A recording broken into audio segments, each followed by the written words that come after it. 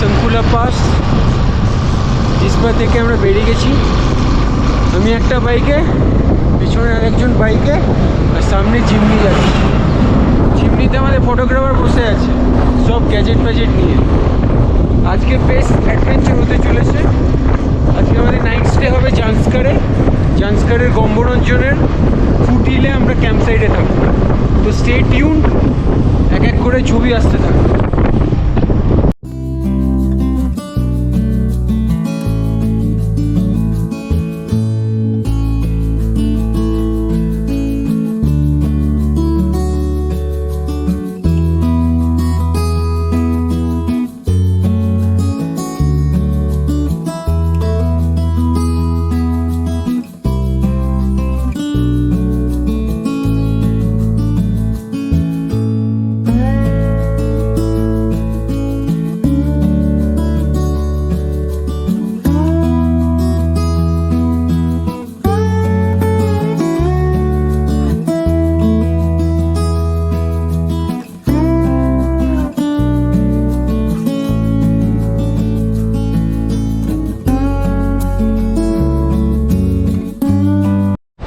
এখন দাঁড়িয়ে আছি দারচা ব্রিজের ওখানে।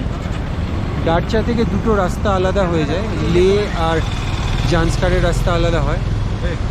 এখানে দাঁড়িয়ে ফটোশ্যুট হচ্ছে, আর 1-2 ঘন্টার মধ্যে আমরা পৌঁছে যাব গম্বরঞ্জনে, এখানে আমাদের স্টে।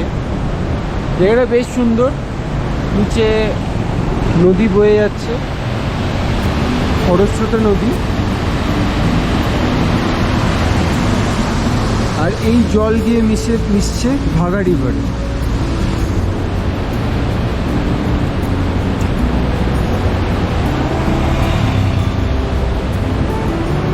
আজকের আকাশ খুব পরিষ্কার, সকালের দিকে একটু মেঘ ছিল, বাট এখন ক্লিয়ার স্কাই। হালকা ক্লাউড আছে, বাট রাইড করার জন্য আজকে খুবই ভালো ওয়েদার।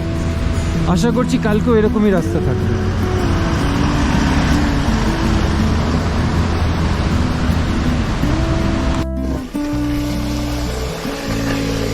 আমরা দারচা থেকে বেগে গেলাম জান্সকারের দিকে, আর ওইদিকে চলে গেল জান্সকার ভ্যালি।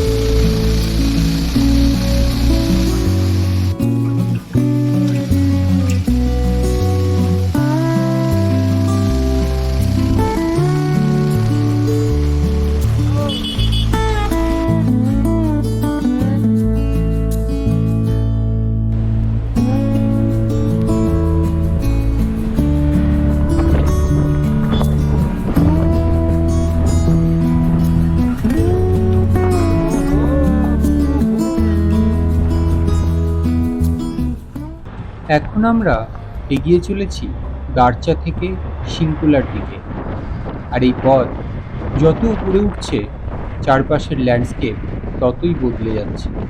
সবুজ উপত্যকা ধীরে ধীরে পিছনে পড়ে যাচ্ছে, গাছপালা প্রায় অদৃশ্য, আর তার জায়গা নিচ্ছে বিশাল পাথুরে পাহাড়, বরফ, একেবারে হিমালয়ান ল্যান্ডস্কেপ। সমুদ্রপৃষ্ঠ থেকে 16,580 ফুট উচ্চতায় অবস্থিত এই পাসটি হিমাচল প্রদেশের লাউল উপত্যকা ও লাদাখের জান্সকার উপত্যকার মধ্যে একটি প্রাকৃতিক সংযোগ তৈরি করে। এর গুরুত্ব অনেক বেশি। 2024 সালের মার্চে বর্ডার রোড অর্গানাইজেশন এই 298 কিলোমিটার দীর্ঘ নিমো পাদম দারচা করিডোর প্রতিষ্ঠা করে। এই রাস্তা লাদাখের জন্য তৃতীয় বড় ল্যান্ড কানেক্টিভিটি অ্যাক্সেস হিসেবে গুরুত্বপূর্ণ হয়ে উঠেছে। আমরা চলে এসেছি এখন শিঙ্কুলা টপে। ওই দূরে দেখতে পাচ্ছ শিঙ্কুলা টপ, ওইটা মেন লোকেশন। ওইটা হচ্ছে অ্যাকচুয়াল টপটা। আমরা একটু নিচে নেমেছি, যেখানে এই দুটো লেক দেখতে পাওয়া যায়, একটা তো পুরোই ফ্রোজেন আর একটা সেমি ফ্রোজেন বলতে পারো। এখানে একটু আমরা ড্রোন ওড়ালাম, আর এই জায়গাটা একটু ফ্ল্যাট, সব গাড়ি এসে দাঁড়াচ্ছে, পুরো গ্লেশিয়ারে ভর্তি। এখানে সারা বছর এরকমই থাকে। তো এখন একটু এনজয় করব। মেঘ করে আসছে, কিন্তু অসুবিধা নেই বললো, এখান থেকে বেশি দূর নয় অ্যাকচুয়ালি আমাদের ডেস্টিনেশন। তো এখানে একটু এনজয় করব, আমরা লেকের দিকে যাব আর তারপর বেরিয়ে যাব জান্সকারের দিকে। চারিদিকে 360 ডিগ্রিতে গ্লেশিয়ারে গ্লেশিয়ার, আর খতরনাক ঠান্ডা। এখন এখানে হয়তো 5-6 ডিগ্রি সেন্টিগ্রেড চলছে, আর যা হাওয়া দিচ্ছে ফিলস লাইক হয়তো আরও কম। দারুণ জায়গা শিঙ্কুলা টপ। এতদিন শুধু ইউটিউব ভিডিওতে দেখেছিলাম, স্বচক্ষে দেখার সুযোগ এখনই হলো। আমি তো চাই সবাই এখানে আসুক আর রাইড করে এসো। আমি সাজেস্ট করব, যদি রাইড করতে পারো সাহস করে রাইড করে এসো। সেটা 4 হুইলার হতে পারে, 2 হুইলার হতে পারে, নিজের মতন যাতে তুমি কমফোর্টেবল। 4-5 মিনিট বন্ধু মিলে চলে এসো আর এনজয় করো বিউটি। এই দেখতে পাচ্ছ লেক, ধীরে ধীরে কাছে যাচ্ছি। অক্সিজেন লেভেল একটু কম, কিন্তু কেন জানি না আমার তো এই কম অক্সিজেন লেভেল জায়গাতেই বেশি ভালো লাগে। সবাই আসছে না, সবাই এই গ্লেশিয়ার জায়গাটাকে এনজয় করছে, কিন্তু এই যে স্নোটা দেখতে পাচ্ছ, এই স্নোটা কিন্তু পুরোপুরি ফ্রোজেন না, একটু লুজ স্নো। এর উপর দিয়ে অ্যাকচুয়ালি আসা যাবে না, আসতে হলে এই বেড রকের উপর দিয়ে আসতে হবে। সবাই ড্রোন ওড়াচ্ছে ওখানে।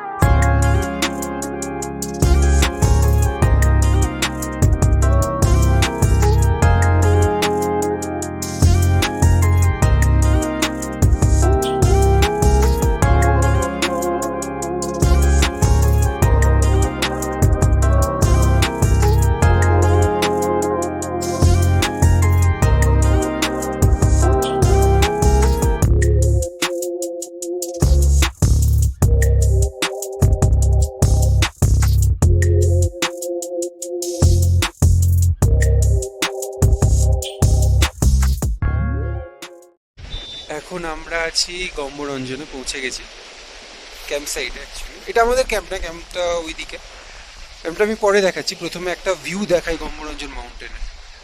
এইটা আমার পেছনে গম্বরঞ্জন মাউন্টেন, ঠিক আছে। এখন হয়তো তোমরা দেখে নিয়েছো ড্রোন ভিউতে অ্যান্ড অল, এই যে রোডটা যাচ্ছে একদম লাস্ট অফ দি যায় রোডটা। অনবদ্য সুন্দর মাউন্টেন, মানে এইরকম মাউন্টেন আই ডোন্ট থিঙ্ক ওয়ার্ল্ডে কোথাও আছে বলে। আর তো আমি তো সাজেস্ট করবো একবার তোমরা এখানে এসে ক্যাম্প সাইডে থাকো। 2-4টে ক্যাম্প আছে এখানে, হয়তো ভবিষ্যতে আরও বেড়ে যাবে। ক্যাম্পে এসে থাকো, রাইড করে আসো, সেখানে থাকো, সমস্ত ব্যবস্থাই আছে। মোটামুটি একটা রাত কাটালে প্রবলেম কিছু হবে না। এখানে আসো, সময় কাটাও, স্পেন্ড করো, 1-2 দিন থাকো, কদিনটা ঘুমো, পুরো ভ্যালিটা ঘুরে এখানে আসতে পারো। অনবদ্য সুন্দর, মানে গডস মাউন্টেন বলে তো সত্যিই গড মাউন্টেন।